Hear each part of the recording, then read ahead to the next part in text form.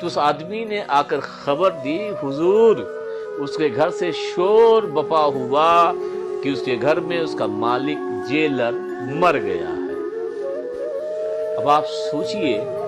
حضرت امام ابو یوسف حضرت امام محمد کا واقعتاً یہ صحیح معنوں میں اللہ کے نبی کے علم کے وارث ہیں، اور صحیح معنوں میں اللہ نے روحانیت کا انہیں بادشاہ بنایا ہے، صحیح معنوں میں یہ اپنے وقت کے غوث ہیں۔ اور حضرت امام موسیٰ کاظم کے تعلق سے یہ بات عام تھی، یہ بات عام تھی کہ آپ وہ باتیں بھی جان لیا کرتے تھے اور بتا دیا کرتے تھے کہ جو باتیں بند کمروں میں ہوتی، جو باتیں خفیہ طور پر کی جاتی۔ یہ صرف اہل بیت کے امام نہیں تھے بلکہ بہت بڑے عبادت گزار بھی تھے، تہجد گزار بھی تھے، اور بلکہ روایتوں میں تو یہ آتا ہے کہ جب خانہ کعبہ میں یہ اپنے سر کو سجدے میں رکھتے تھے تو فجر کی اذان ہونے لگتی، تب جا کر کے اپنے سر کو اٹھاتے تھے۔ سخا کا یہ عالم تھا، آپ کی دریا دلی کا عالم یہ تھا کہ مدینہ منورہ میں کتنے گھر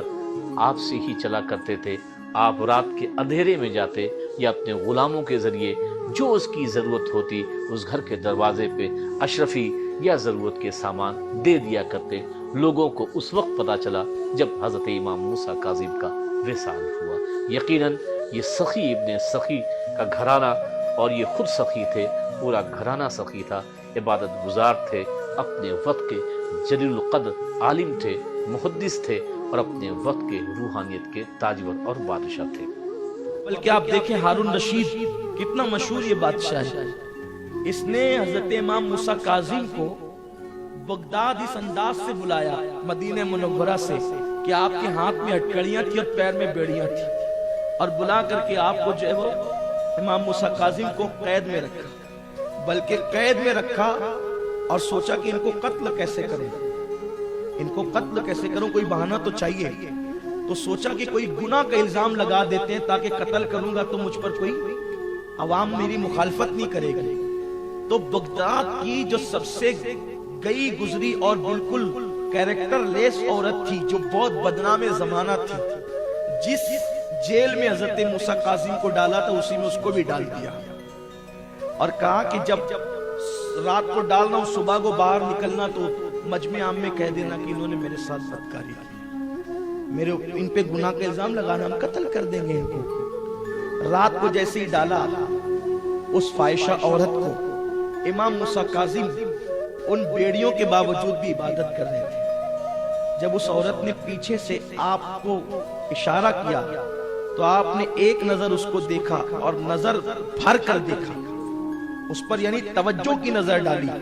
اور بے ہوش ہو کے زمین پہ گر پڑی، اور جب ہوش آیا تو اس نے توبہ کیا اور اللہ نے اس کو مقام ولایت عطا کر دیا۔ صبح کو ہارون رشید بیچارہ سوچ رہا تھا کہ موسیٰ کاظم کے قتل کا بڑا پیارا بہانہ ڈھونڈ لیا ہے، جب وہ باہر نکلی تو اس سے بھی کرامت کا ظہور ہونے لگا۔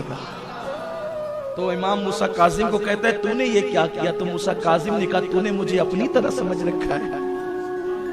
بڑی جلدی چند ہی سالوں کے اندر حضرت امام جعفر صادق رضی اللہ تعالیٰ عنہ سے ہم بی بی حمیدہ خاتون جو والدہ ہیں امام موسیٰ کاظم کی، انہوں نے تمام بنیادی علوم جو ہے وہ سیکھ لیے، پھر آگے اس کے بعد جو ہے وہ باہر کھل گیا۔ تو یہاں تک پھر نوبت آ گئی کہ مدینہ کی خاتون جب آتی کوئی مسئلہ پوچھنا ہوتا تو امام جعفر صادق رضی اللہ تعالیٰ عنہ یہ فرماتے جاؤ میری بیوی سے پوچھ لو، حمیدہ خاتون سے پوچھ لو جا کے، نماز میں فلاں ہو گیا، فلاں چیز ہو گئی، یہ زکوٰۃ، یہ فقہ کے مسائل زیادہ تر لوگ ہوئے۔ تو پتہ یہ چلا کہ امام موسیٰ کاظم رضی اللہ تعالیٰ عنہ کی والدہ محترمہ بی بی حمیدہ خاتون جو ہیں بہترین قرآن یاد بھی ہے، حدیث بھی آتی ہے، اور فقہ کے اوپر بھی آپ کو عبور حاصل ہے۔ اللہ اکبر جل شانہ۔ تو امام جعفر صادق کو بی بی حمیدہ خاتون سے اللہ تعالیٰ نے 7 سفر اسلامی کیلنڈر کے دوسرے مہینے کی فرماتے ہیں، حضور نے فرمایا ادبو اولادکم علی 3 خصال حب نبیکم و حب اہل بیتہ و قراءۃ القرآن۔ حضور فرماتے ہیں اپنی اولاد کو 3 چیزیں سکھاؤ، ایک میری محبت کا ادب، اور ایک اہل بیت یعنی میری آل میری اہل بیت کا ادب، اور ایک قرآن کریم کی تلاوت۔ ایک تو آپ نے زندگی بھر یہ معمول رکھا کہ رات بھر سجدے میں کبھی رکوع میں تا اذان فجر وقت گزارا کرتے تھے۔ دوسری بات،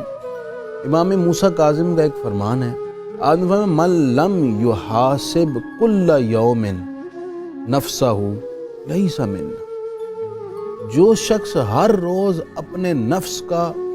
محاسبہ اور اپنے اعمال کا جائزہ نہیں لیتا، اس کا میرے ساتھ کوئی تعلق نہیں۔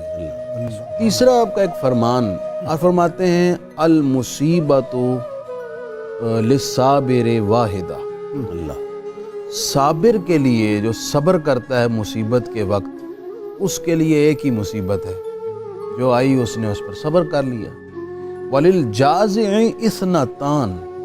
اور جو مصیبت اور آزمائش آئے اور شور و فغاں کرے، وہ باتیں اللہ اسے الٹا دو اور مصیبتیں میں مبتلا کر دے۔ ایک تو پہلے آئی ہوئی تھی، دوسرا اور ایک نئی مصیبت اس نے خود اپنے اوپر سوار کر لی۔